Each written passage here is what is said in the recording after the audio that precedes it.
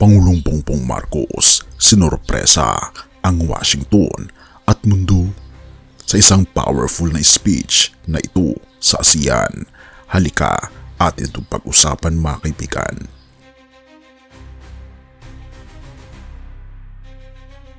This was not the summit that we originally envisioned.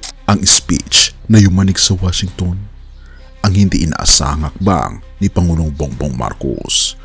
Akala ng lahat ito ay isa lamang ordinaryong pagtitipon ng mga lider sa ASEAN, pero sa isang iglap, nagbago ang ihip ng hangin nang tumayo ang Pilipinas sa harap ng mundo. May isang sekretong hindi alam ng Washington tungkol sa inihandang mensahe ni Pangulong Marcos Jr. Isang mensahe na hindi tungkol sa diplomasya, kundi tungkol sa isang unseen reality na ngayon lang natin haharapin. Pakinggan pa natin siya. This was not the summit that we originally envisioned. When the Philippines assumed the chairship, we had prepared to welcome you under different circumstances, to share more of our country, to celebrate our culture, and to show in a richer way the spirit and hospitality of the Filipino people. Instead, we have been asked to respond to a very different moment. Recent developments once again reminded us that events beyond our region can quickly impact our economies, resource security, and the welfare of our peoples. It also reminded us that leadership is tested not only by the plans that we make, by how we respond when those plans must change. Binalak nating ipakita ang ganda ng ating kultura at ang init ng ating hospitality sa ilalim ng masayang pagkakataon. Pero ang tadhana ay may ibang plano. Nakita ng buong mundo na ang Pilipinas ay hindi na basta tagasunod sa luma nating mga kasunduan. Marami ang nagulat dahil ang orihinal na programa ay biglang itinapon sa bintana. Pakinggan pa natin siya.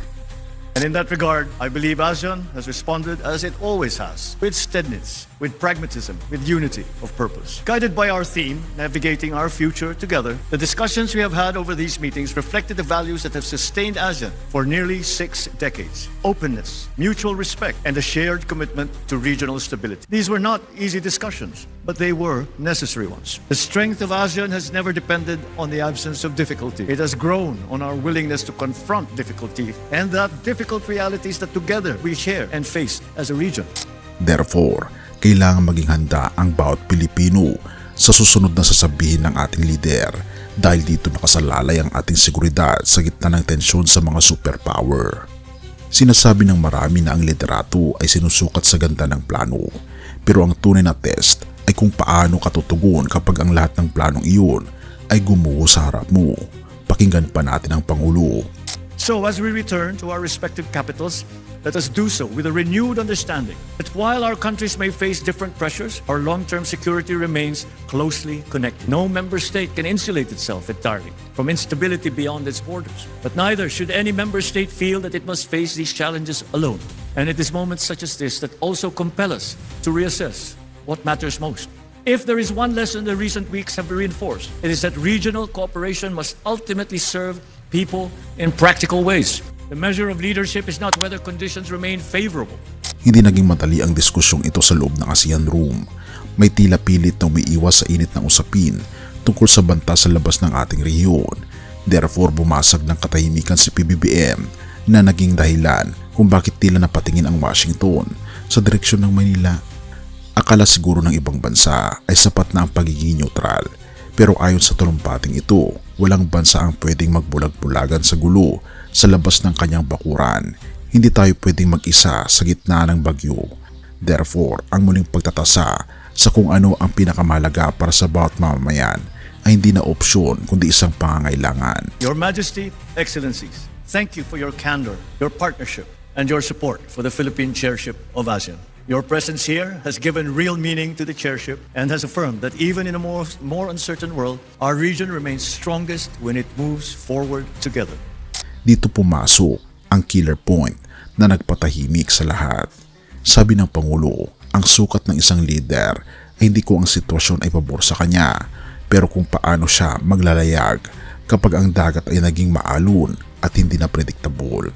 Marahil iniisip mo kung ano ang kinalaman nito sa 50th anniversary ng Treaty of Amity and Cooperation. Therefore, ang bawat salitang binitawan niya ay hindi lang para sa kasalukuyan, kundi isang babala para sa susunod na 50 taon ng ating rehiyon.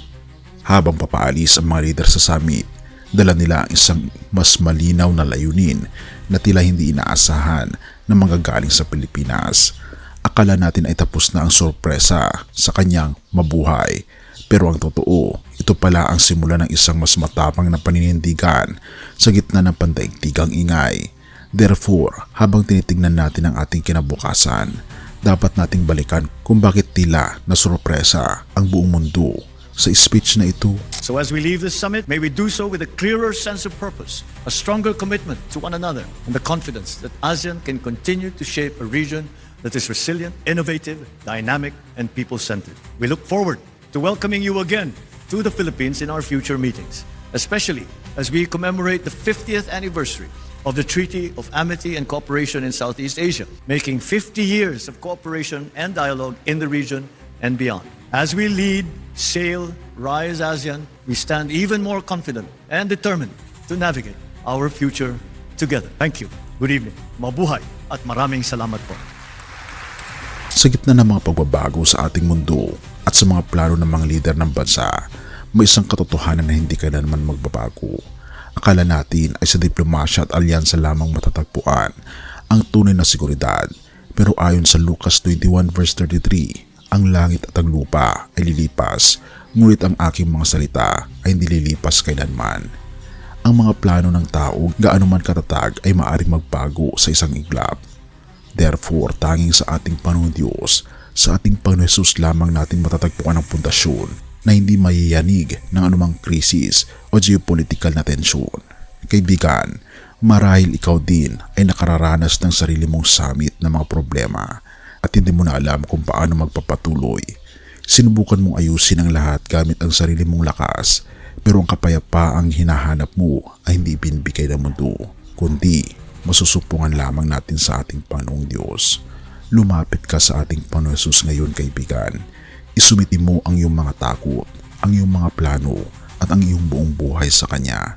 Siya ang tanging leader na hindi ka bibiguin at laging tapat sa Kanyang pangako. Purihin ang ating Panginoon Diyos at tayo manalangin. Ama naming Diyos na makapangyarihan sa lahat na nasa langit, salamat po sa iyong salita na nagsisilbing liwanag sa gitna ng isang magulong mundo. Kinikilala po namin na kayo ang may hawak ng kasaysayan at ng bawat bukas. Patawarin niyo po kami sa pagtitiwala sa aming mga sarili, sa aming mga sariling kakayahan at sa mga plano ng tao. Lumalapit po kami sa inyo at isinusuko ang aming buhay, ang aming mga pangamba para sa bansa at para sa aming pamilya. Kayo ang aming maging gabay at kuta sa lahat ng panahon. Pinupuri po namin kayo at pinapasalamatan, o aming Panginoon Diyos, sa inyo pong dakilang pag-ibig sa amin, at patuloy niyo po kaming alagaan at patnubayan, at patawarin po kami sa lahat ng aming mga pagkukulang at pagkakasala. At salamat po sa pagdinig ng aming mga panalangin, at salamat po sa aming Panginoon Jesucristo, na dahil po sa Kanya, meron po kaming pag-asa ng buhay na walang hanggan. Ito po ang aming samot hiling sa matamis na pangalan ng aming Panginoon Jesus. Amen. Bago natin ipagpatuloy, kaibigan, siya nga pala ang Great Controversy, na isa sa mga pinaka-kontrobersyal na libro dahil tumutukoy ito sa mga propesiya sa libro ng Daniel at Revelation na nagaganap na sa panahon natin ngayon, bago ang pagdating ng ating Panginoong Diyos ay pinamimigay na namin ng libre sa pamamagitan ng PDF. At ito ay nasa limited lamang na panahon, kaya i-click mo sa description sa baba upang ma-avail mo, kaibigan, ang napaka-importanteng libro ito na magbubukas sa iyo sa mas maliwanag mong hinaharap. Purihin ang ating Panginoong Diyos at tayo magpatuloy.